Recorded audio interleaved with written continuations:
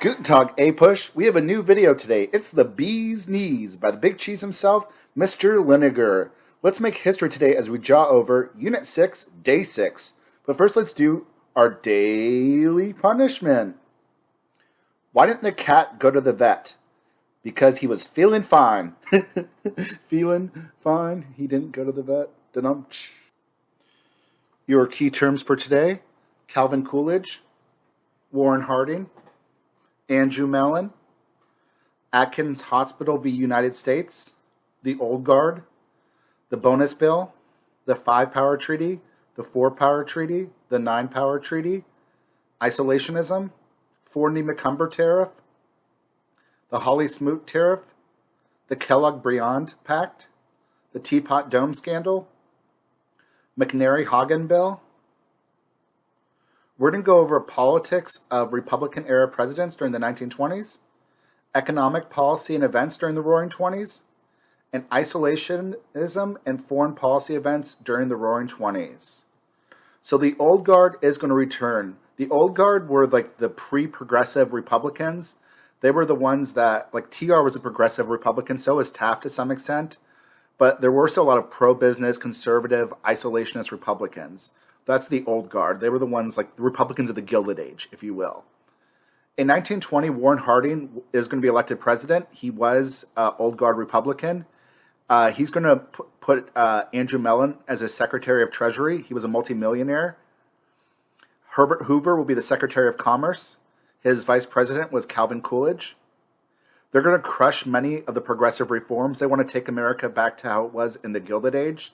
They want laissez-faire economics. They're going to appoint William Howard Taft, the former president, as Chief Justice of the Supreme Court. He was a moderate progressive, so he will be liberal in some regards.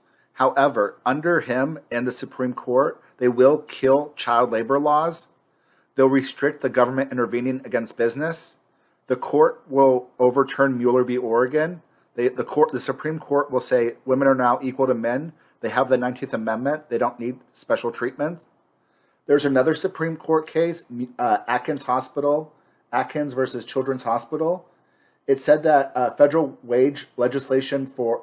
minimum wage legislation for women was unconstitutional. It infringed upon the liberty of contract from the Due Protection Clause. So it got rid of a law that was giving minimum wage for women.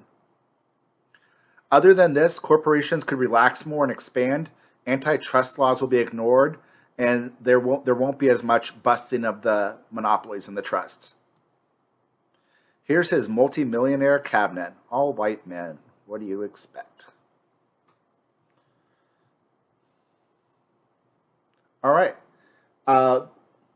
After World War I, the war economy is going to take down. During World War I, the government took over the railroads. After World War I, Congress is going to pass the Esch-Cummins Act, which is going to privatize railroads. Railroads are now going to go back to being under private management, no longer under the government. Let's see, what else? The U.S. was having problems competing with foreign shipping because of the La Follette-Siemens Act of 1915. It made it too expensive. Harding will try to not enforce that as much. Labor will be put down. It could be communist. There will be some strikes in 1919 and 1920. The biggest strike was the steel strike of 1919. One of the problems with that strike was there was ethnic division in the strike, and some of the strikers were communist or socialist. So the business owners made it seem like they were all radical.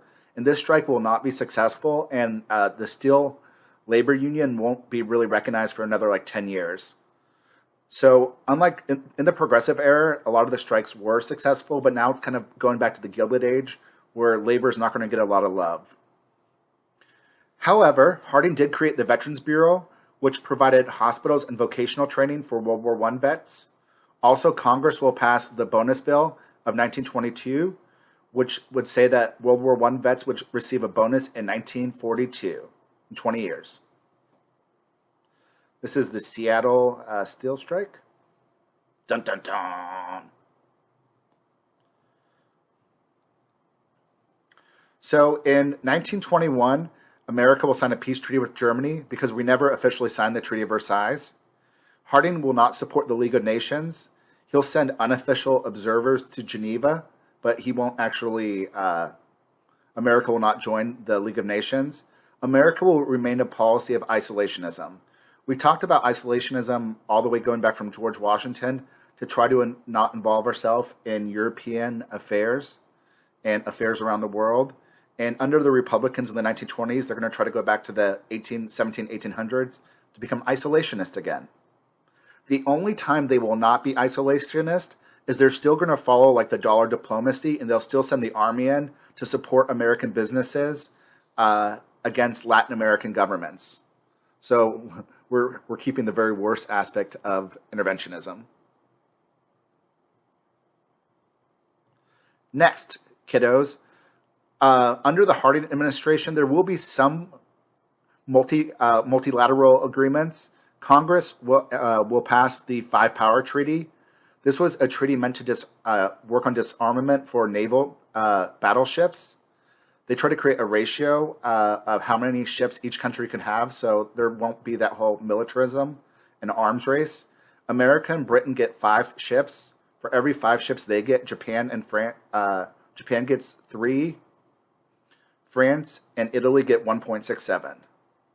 So America and Britain benefit the most from this. Japan, and then France and Italy. America and Britain, however, were not able to fortify the Pacific. That was one of the things that they promised there. They weren't able to fortify the Pacific. Next is the Four-Power Treaty. America, France, Great Britain, and Japan all agreed to respect each other's possessions in the Pacific. They all had Pacific Islands and stuff, and they all agreed to respect it. Next is the Nine-Power Treaty. This was where 9 countries all promised to respect the territorial integrity of China. Also, there would be no restrictions on small ships. So the Nine-Power Treaty is really kind of a fulfillment of the Open Door Note. The Nine-Power Treaty was made up of America, Great Britain, Japan, France, Italy, Netherlands, Portugal, Belgium, and China. So, I mean, I guess it's pretty obvious that China would affirm their own sovereignty. This shows an idea of like arms limitation. Oh, that's funny, actually. One of the big and most naive things that will be signed during the 1920s is the Kellogg-Briand Pact. This was signed by 18 nations. They agreed to not use aggressive force to achieve national ends. It did prevent defensive wars, but basically it said no country could use war as an act of foreign policy. So basically, Kellogg-Briand Pact was trying to outlaw war. But you can't really outlaw war, and if a country is willing to go to war, you can't really do anything to stop them. Unless there's some kind of international army that could stop them. But there was no penalty for violating this agreement, so it was super naive. Let's talk about tariffs. After World War I, Europe will try to flood the U.S. with cheaper goods to pay off their war. A lot of European countries owe debt to America. Congress will start raising the tariffs. The Forney-McCumber tariff is going to be raised under Harding's administration. It raises tariffs to 38.5%. Then the Europeans will increase tariffs, so it causes like a tariff war. Then nobody's buying each other's goods. This will just deepen the problems. By the time Hoover's president in 1929, he was actually president from 1929 to 1933. Congress will pass the Hawley-Smoot tariff. This was meant to help farmers, so people would buy American farm products. But this is actually a really huge tariff, and the Hawley-Smoot tariff is actually going to have a lot of negative economic impacts. It's the second highest tariff in American history.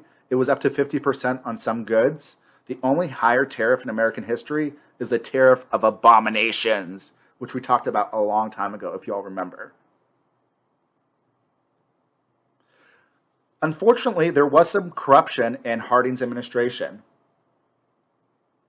So, Warren Harding's Secretary of the Interior, Albert Fall, had leased Navy petroleum reserves at Teapot Dome in Wyoming, as well as 2 other locations, to some personal friends, to some private oil companies, and he didn't even have to make them bid for it.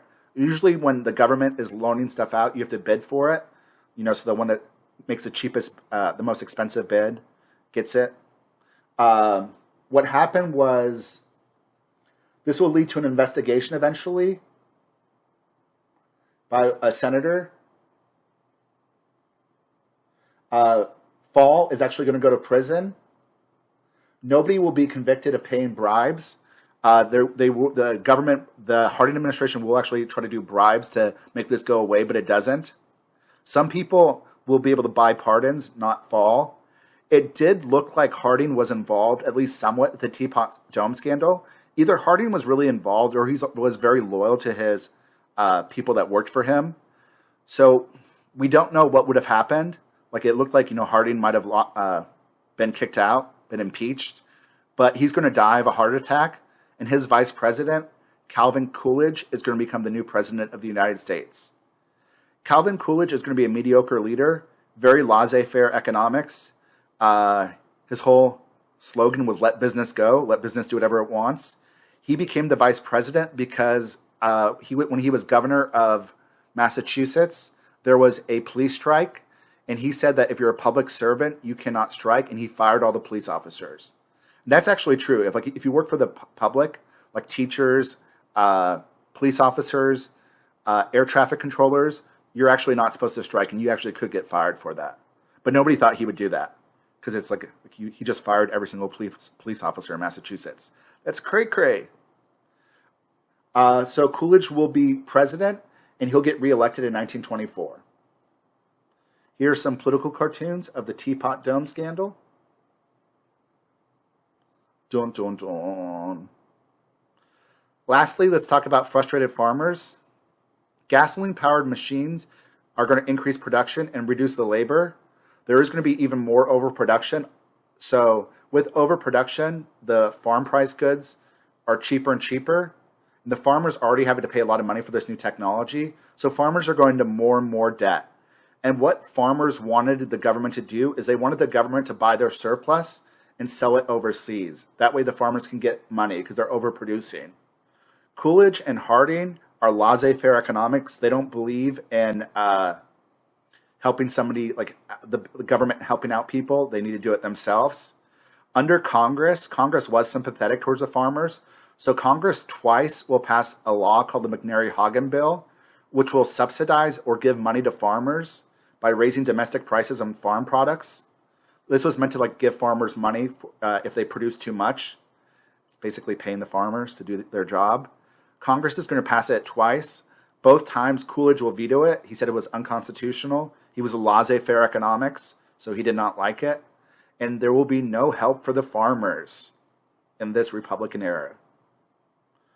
All right, kiddos, that's all I have for you for today. Until next time, deuces! Deuces, deuces, yeah.